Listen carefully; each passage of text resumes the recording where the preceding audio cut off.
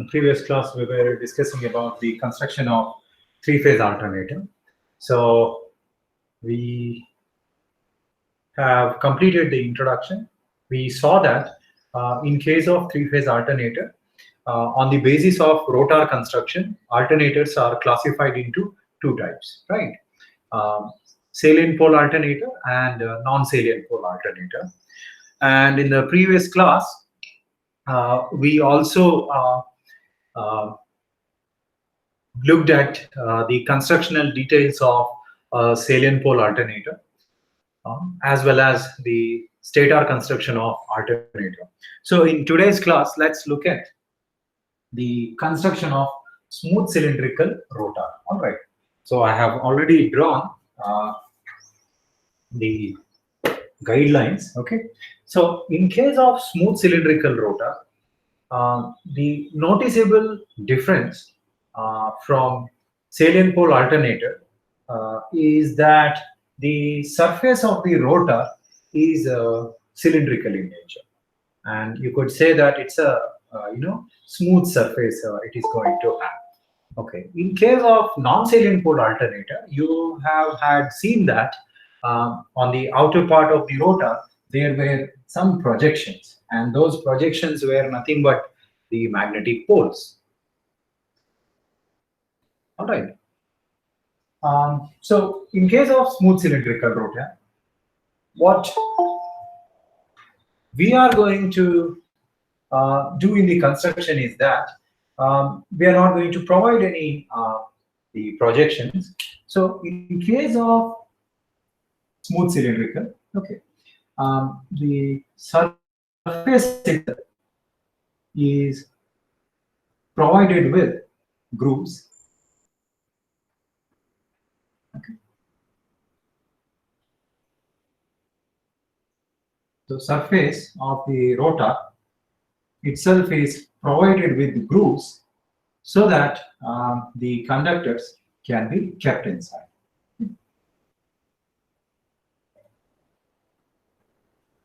So this is how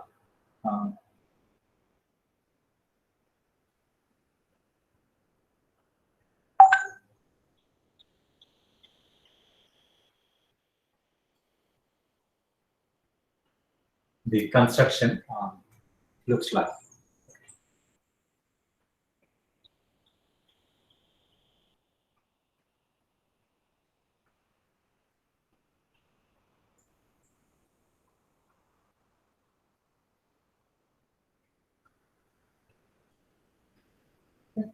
So basically, what you can find in smooth cylindrical type rotor is that the outer surface of the rotor is basically provided with grooves to accommodate the rotor winding. So this is what you can typically observe in case of smooth cylindrical rotor. Smooth cylindrical rotor.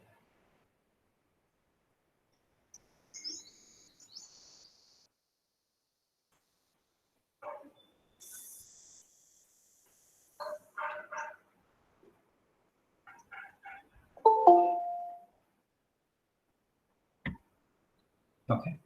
So as you can see, in case of smooth cylindrical rotor, there are no projections coming out of the rotor surface, right? So that is the reason the name is given as smooth cylindrical rotor. Okay. Now, inside the grooves, the rotor conductors are kept. So these are all rotor conductors.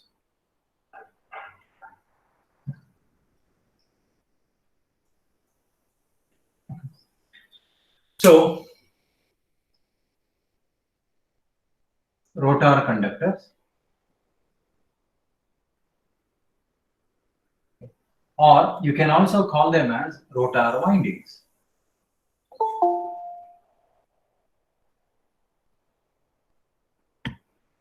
Okay, and the slots in which the rotor winding is kept are called as rotor slots. Okay. So these are rotor slots. Okay, the slots in which the rotor winding is kept is called as rotor slots. Okay.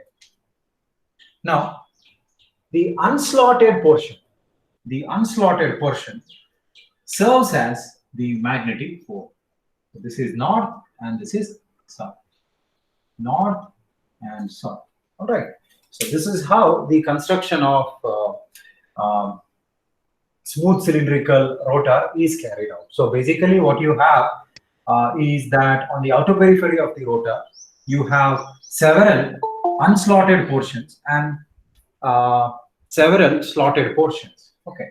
So inside the slots, the conductors are kept, and unslotted portions behave like magnetic fields. Okay.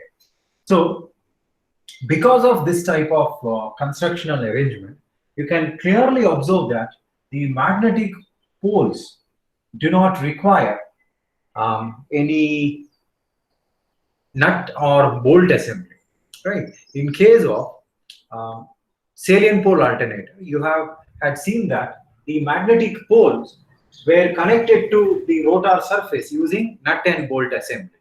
So that was the major drawback of smooth cylindrical, the salient pole rotor. In case of smooth cylindrical rotor, there is no mechanical joint. Okay, so no mechanical joint.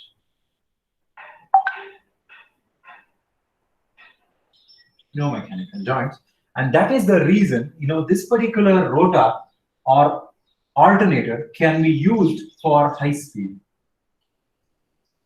High speed. Okay. Why high speed?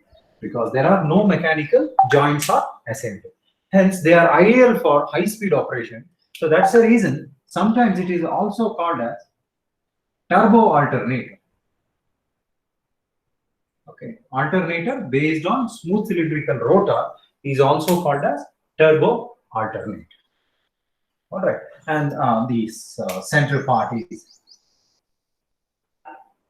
your shaft, and these are magnetic poles.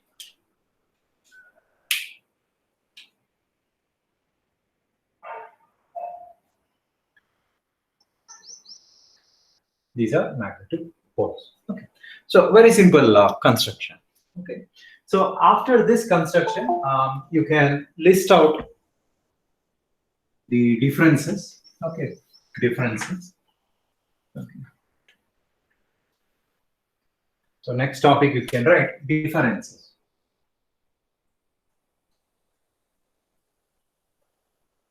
Differences. Okay. Now in differences, what we can do is we can make a kind of tabular column. On one side, let us write salient pole, and on the other side, let us write non-salient pole.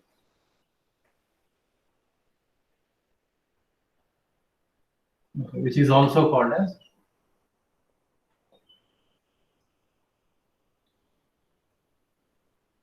smooth cylinder. Okay.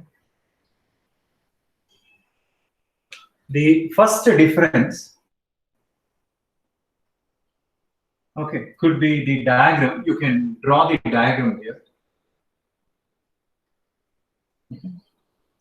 You can draw the diagram. I'm not going to draw because sometimes in exam you will be asked to list out say 7 to 8 differences between salient pole alternator and non-salient pole alternator. Okay. So whenever they ask to list out the differences, okay, you can list out the differences in this manner. Okay. Salient pole, non-salient pole. Draw the diagram of salient pole and non-salient pole. So that becomes the first difference, okay, which I have already drawn in the previous class. Now let me look at the second difference. Okay. So second difference, probably you can talk about, say, speed of operation. Speed. Okay. Now, salient pole alternator, as I was mentioning previously, has mechanical joints. Since there are mechanical joints, they are not suitable for high-speed operation. That's because if they are operated at high speed, then due to large centrifugal force, there can be some mechanical wear and tear, due to which the bolt assembly can you know lose off over a period of time, and eventually the assembly may collapse. So that's the reason salient pole alternators are ideally used for low speed. And what is the reason? Due to the presence of mechanical joints. But in non-salient pole or smooth cylindrical rotor, you had seen that there were no mechanical joints. Hence, they are ideal for high-speed operation. High-speed operation. All right.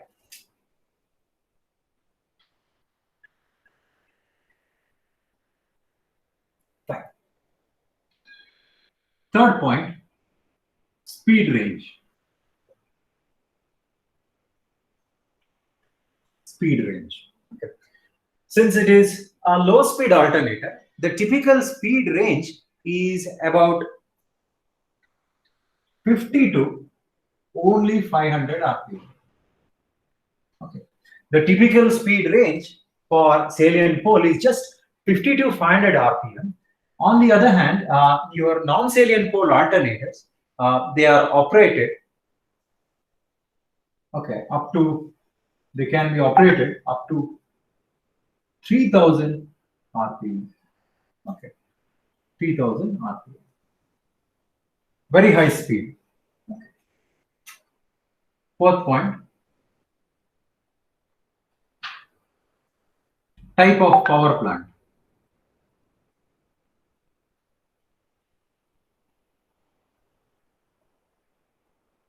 Type of power plant, because alternators are used in power plants. Now the question is, salient pole alternator is used in which type of power plant, and non-salient pole alternator is used in which type of power plant. Okay. Now, salient pole alternators, as you know that they are low-speed alternators. Hence, they are suitable for hydroelectric power plant, because in hydroelectric power plants, water turbines are used as the prime movers, and these water turbines are operated at very low speed of 50 to 500 RPM. Hence, you can use them in hydroelectric power plant. So you can write hydroelectric power plants. On the other hand, smooth cylindrical can be operated at very high speed. Hence, they can be used in conjunction with the steam turbines, and steam turbines are meant for high-speed operation. Hence, they can be used in thermal or nuclear power plant. PP stands for power plant. Hence, they can be used in thermal or nuclear power plant. Okay. Fifth point, prime mover. So fifth point is basically, subset of the fourth point, prime mover. Prime mover in the sense, see, generators are not self-starting. Generators need a source of mechanical energy. So the source of mechanical energy itself is called as prime mover. So in case of salient pole alternator, the prime mover is water turbine. Water turbine.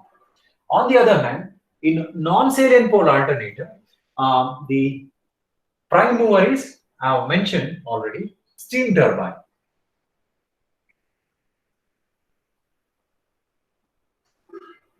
Steam turbine. Okay, so that's your fifth difference. Sixth difference, probably number of poles.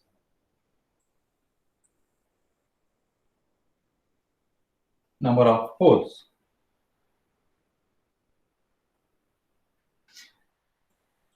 In case of salient pole alternators, large number of poles are used. Large number of poles are used. On the other hand, non-salient pole alternators, small or small number of poles.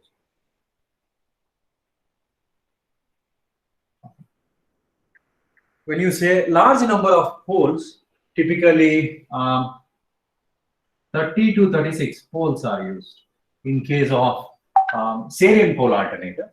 In case of non-salient pole alternators, 2 to 4 poles. That's all.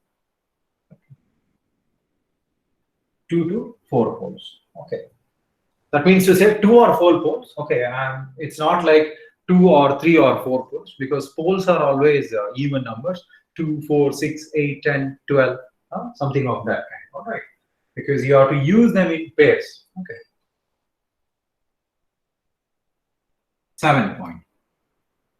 Okay. So you know that your salient pole alternators are constructed with many number of poles. So when you use large poles on the outer surface of the machine, what happens? The diameter of the alternator increases. So you can say dia of rotor increases. Okay. On the other hand, non-salient pole alternator has small number of poles, so diameter of the alternator remains small. So dia of rotor is small. Dia of rotor is small. Okay. And probably you can include one more point, that is about the mechanical strength. Okay. So I'll include here. Okay. So in case of salient pole alternator, mechanical joints are present. In short, let me write, mech joints are present.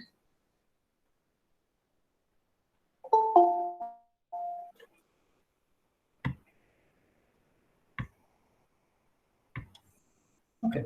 On the other hand, in case of smooth cylindrical rotor, no mechanical joints. No mechanical joints. Okay. So probably the last difference, I'm listing out all the differences so that at least if you can recall, say about 6 to 7 difference in exam, that's more than sufficient. So air gap, the nature of air gap, or the air which is present outside the rotor surface, in which rotor construction you can expect a uniform air gap, cylindrical or non-cylindrical. Cylindrical, you can expect smooth air gap. You can say that uniform air gap.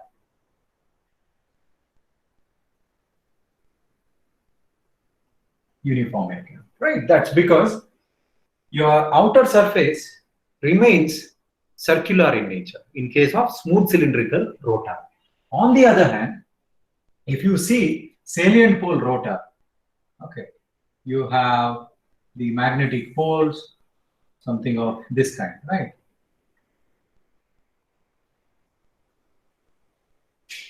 This kind. So due to which, what happens? The air gap or the air surrounding the region becomes non-uniform. That's because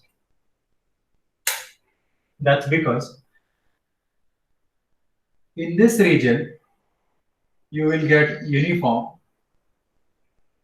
Okay. On the other hand, in this region, that is the region between the poles, you get non-uniform air gap.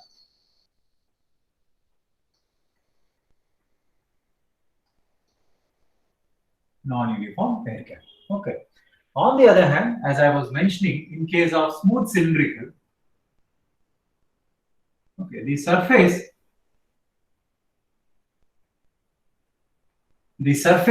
is perfectly circular in nature.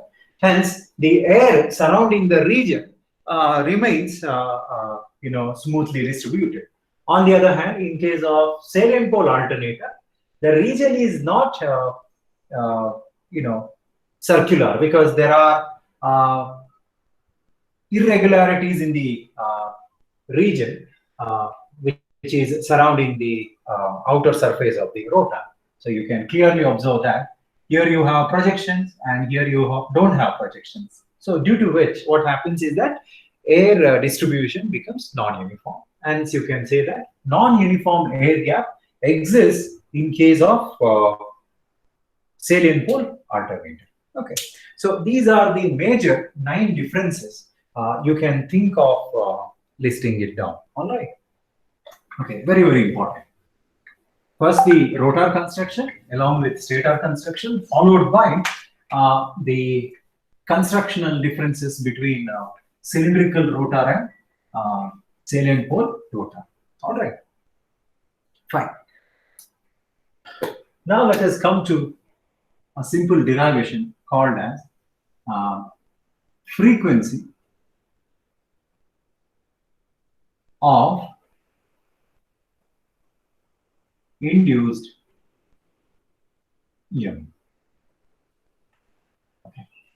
Frequency of induced EMF, in the sense, is there any relationship between the frequency and the other machine constants of the alternator? Okay, because in the introduction class, I had mentioned that in case of alternator, the frequency is proportional to the rotor speed. In case of alternator, the frequency is proportional to rotor speed. And in case of alternator, the rotor speed is constant. Okay, and which is also called as the synchronous speed. So for a different, synchronous speed, you can think of producing different frequency. Okay, so basically, this particular expression relates the synchronous speed with the frequency. All right.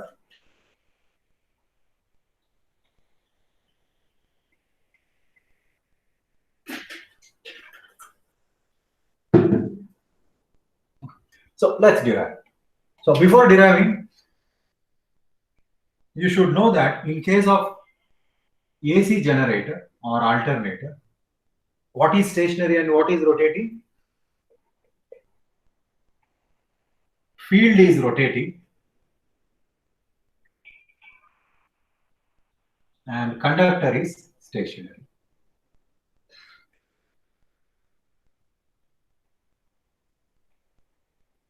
Okay. And your AC generator operates on the principle of dynamically induced EMF.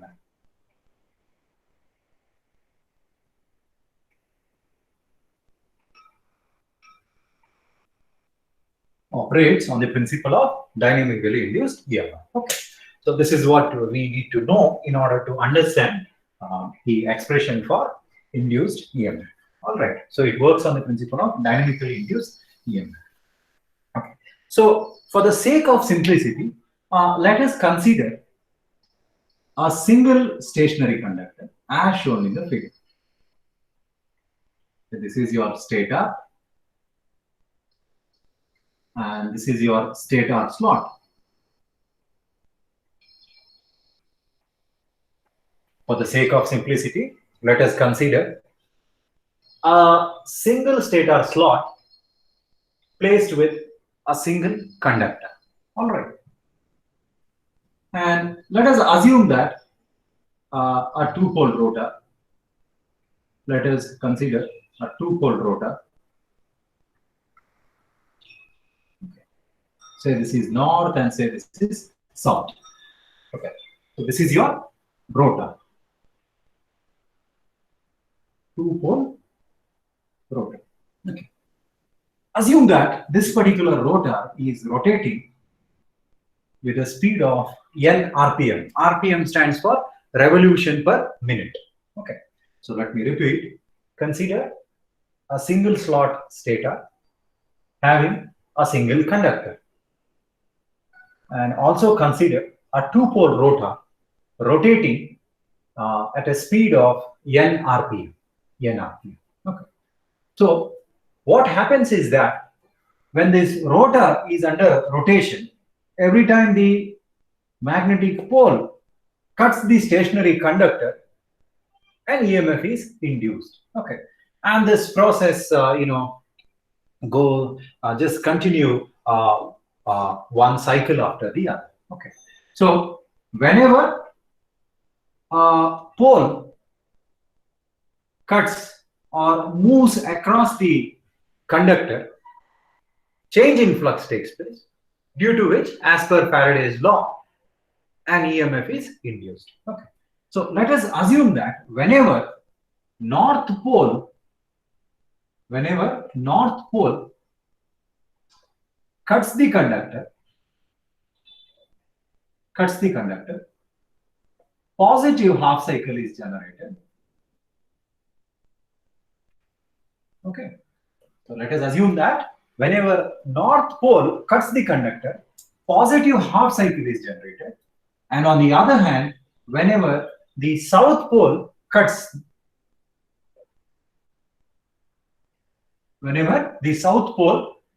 or moves across the conductor, a negative half cycle is generated.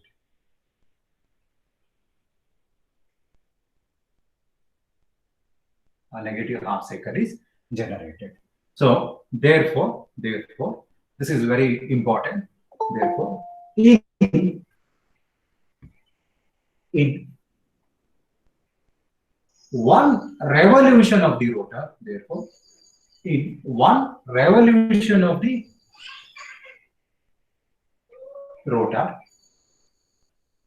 how many cycles of EMF is generated? Can anyone tell me?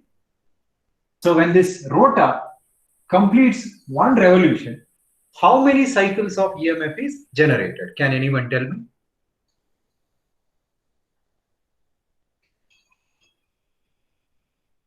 In one revolution of the rotor, once the North Pole cuts the conductor and once the South Pole cuts the conductor, North Pole gives positive half cycle and South Pole gives negative half cycle. So in one revolution of the rotor, how many cycles? A cycle of EMF or one cycle of EMF is generated. So you can say that in one revolution of the rotor,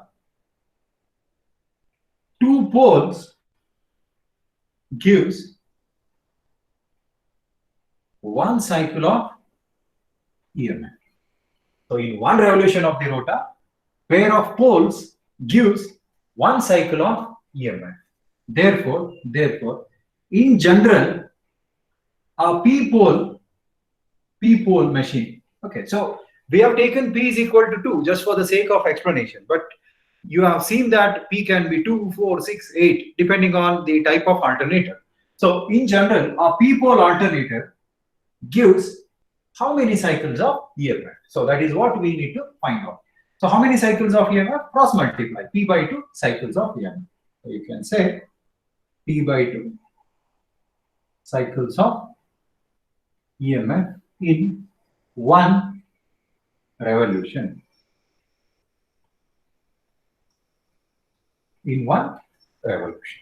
Okay. So I will mark this in underline because it's an important result. Okay. So a p-pole machine basically constitutes P by 2 cycles of EMF in one revolution. Okay. Then you can write down time taken to complete one revolution. What is the time taken to complete one particular revolution? So n revolution takes place in 1 minute, right? Because n is defined as revolutions per minute. So n revolutions in 1 minute. Or can you say n revolutions in 60 seconds? Because 1 minute is 60 seconds. Okay. So n revolutions gets completed in 60 seconds. So what is the time taken to complete one revolution? What is the time taken to complete one revolution? 60 by n. Good, 60 by n. Okay. Now, what is frequency? We say frequency cycles per second, number of cycles per second. So frequency is defined as number of cycles per second. So that is equal to how many cycles of EMF is produced in one revolution? P by 2. And what is the time taken to complete one revolution? 60 by n. So when you vary or adjust this ratio, what do you get? Pn by 120. So F is equal to Pn by 120. So expression for induced EMF for an alternator is, expression for frequency of induced EMF in an alternator is F is equal to Pn by 120. So it clearly shows that the frequency is actually proportional to the alternator speed. So for a given speed, you will get a particular frequency. And by changing the speed of the alternator, you can also change the frequency of AC. All right. So this is the expression for frequency of induced EMF. All right. So it is derived on the basis of the fundamental definition of frequency, number of cycles per second. How many cycles you would get in one revolution of the rotor, that is P by 2. And what is the time taken to complete one revolution is 60 by n. So simply divide the two, will get you the frequency. All right. So this is very important expression related to alternator. Okay. Where you can write where n is equal to speed of the alternator,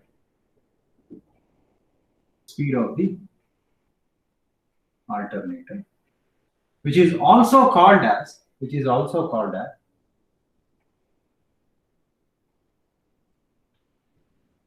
synchronous speed, which is also called as synchronous speed of the alternator. Okay. So sometimes this n is also called as ns. Okay. N or ns is one and the same, where s stands for the synchronous speed. All right. So this is about the expression for frequency of induced EMF in an alternator.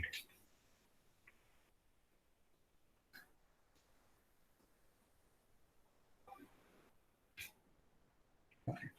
Fine.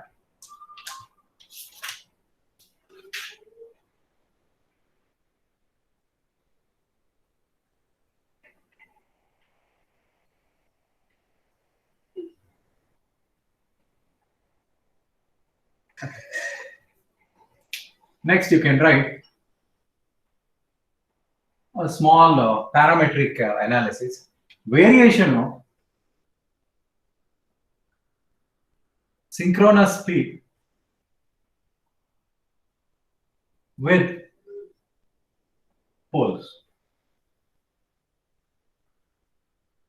Variation of synchronous speed with poles. Okay. So let us assume F is equal to 50 hertz. Okay.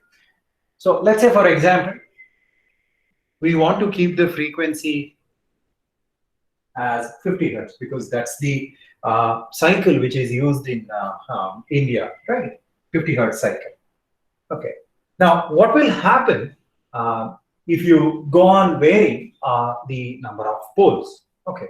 By keeping frequency constant, what will happen if you start varying the number of poles? So that is what we are trying to find. Okay. So firstly, you need to write down the expression for synchronous speed. That is ns is equal to okay. All right. Let me start with the f only. F is equal to 120 Pn by 120. That implies ns is equal to 120 f by p. Okay. Now, what is the frequency you are considering? 50 hertz. So you want to keep your frequency as 50. So what you can do, you can take number of poles. Okay. So this you can take it as poles, and this you can take it as speed, the synchronous speed. Okay. Say start varying the poles 2, 4, say 6, 8, 10, 12, etc.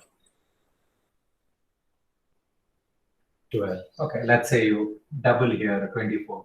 Okay, and try finding out the speed. Okay, so to generate 50 hertz cycle, with a two-pole machine, what should be the speed of the alternator?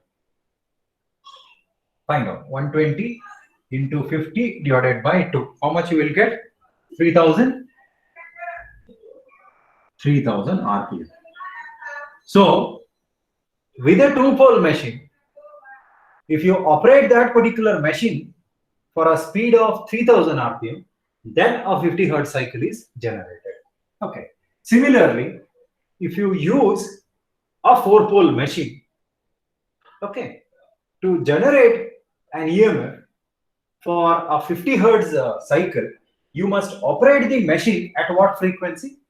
120 into 50 divided by 4. So that gives 1500.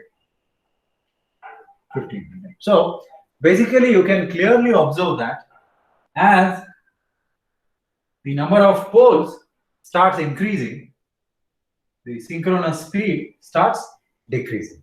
Okay, so that is the implication of pole on the synchronous speed for a fixed frequency. Okay, so for 6 it becomes 1000 and then 750, right? And then 600. And for 12 it becomes 500. And when you choose 24, that is reduction by 50%, 250. You see how the synchronous speed is changing with respect to the increment in pole. Okay, but for all these speeds, the frequency remains constant. For all these speeds, frequency remains constant. Okay, so it is possible to generate a constant 50 Hertz cycle by selecting or by subjecting the alternator to run at a desired speed. Okay, a speed of say 500 may be selected provided the alternator will have 12 number of poles. Okay, so this is the understand. Okay. All right. So summary. So in the next class, let me talk about the EMF. Okay, so since you have Monday, Tuesday, Wednesday internal tests, on Thursday let us meet up. All right. So summary of the previous class and today's class is that based on the rotor construction, an alternator can be chosen, right? So for hydroelectric power plant,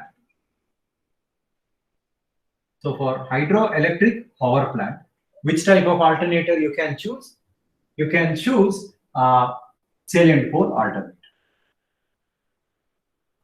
Okay. On the other hand, for a thermal power plant, you can choose smooth cylindrical. Okay. So basically, by understanding the concepts of alternator, you will be able to select a suitable alternator for a given situation. If you have an hydroelectric power plant situation, you can select salient pole because it runs at lower speed, and salient pole facilitates the lower speed of operation. All right. On the other hand, thermal power plant, you have to go for a smooth cylindrical alternator because in thermal power plant, steam is injected on the rotor blades, and the rotors will rotate at very high speed. So you should use an alternator which is meant for high speed, which is smooth cylindrical. All right. So this is about the summary of first two classes. All right. So I will stop here. Okay. So let us meet on Thursday, and please do well in internals, and everyone must attend the internals. So as I said previously, you will have 30 questions. Each are MCQ type questions. Okay. So 15 questions will be asked from DC circuits, and quite obvious, 15 will be asked from single phase AC circuits. All right.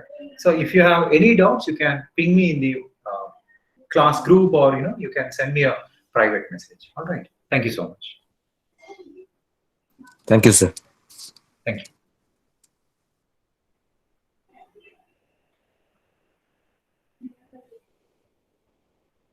People who haven't given the attendance, please give the attendance.